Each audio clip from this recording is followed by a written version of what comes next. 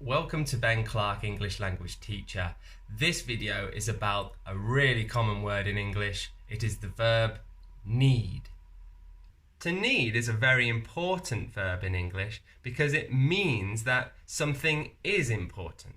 So if you are very tired, for example, you would say, I need to sleep, because sleep is very important right now.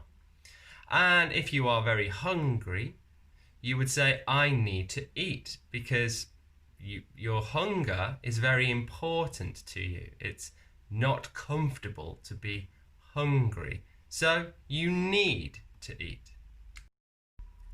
I need to teach you about need. You need to learn about the word need. What do you notice about those example sentences?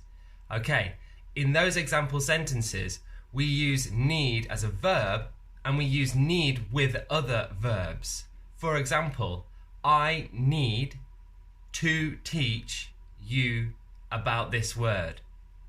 I need is the first verb. To teach is the verb infinitive, you about this word.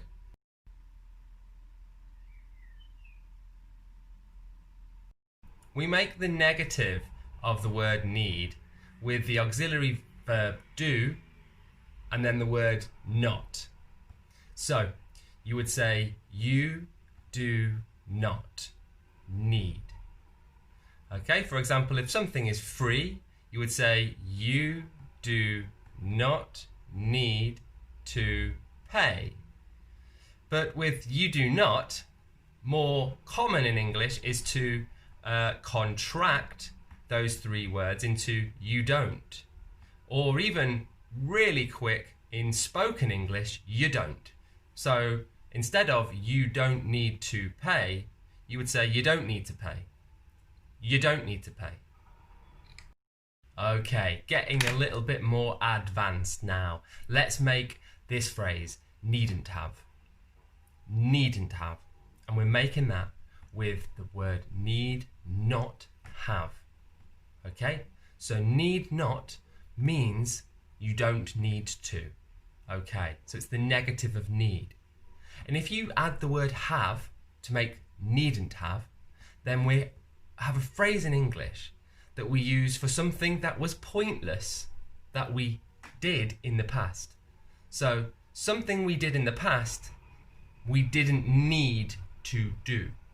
For example, imagine that you make a lunch and you take it to school with you, but then at school there is a free canteen, there's a free cafeteria, and they give you food.